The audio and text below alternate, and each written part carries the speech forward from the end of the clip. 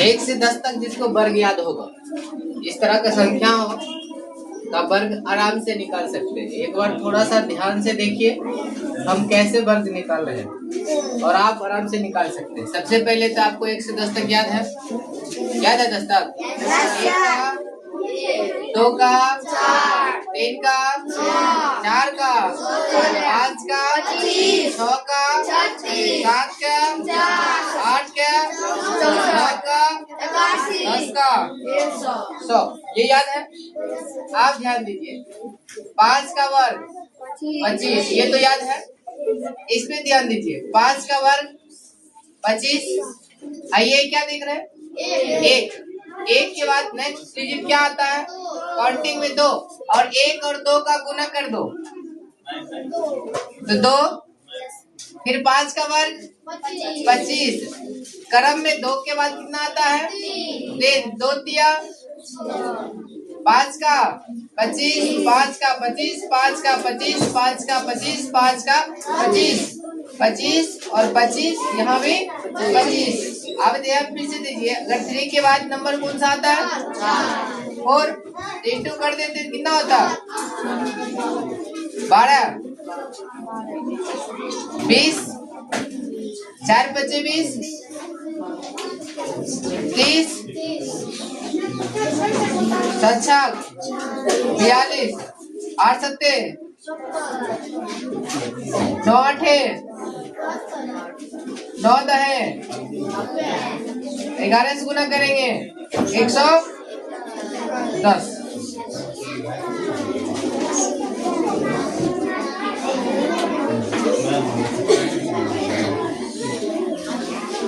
अब यहाँ ध्यान दीजिए। एक संख्या आपको याद रखना है। कितना याद रखना है? 25 याद रखना है। क्या याद रखना है? 25। ठीक है, 25 याद रखना। यहाँ ध्यान दीजिए।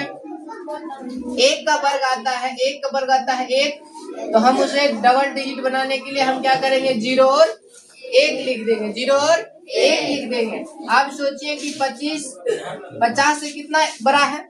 1 बड़ा है, अर्थात 25 में 1 जोड़ दीजिए, कितना हो गया? 26। गुना करके देख लीजिए, कावर का वर्ग कीजिएगा 26 0 1 आता है।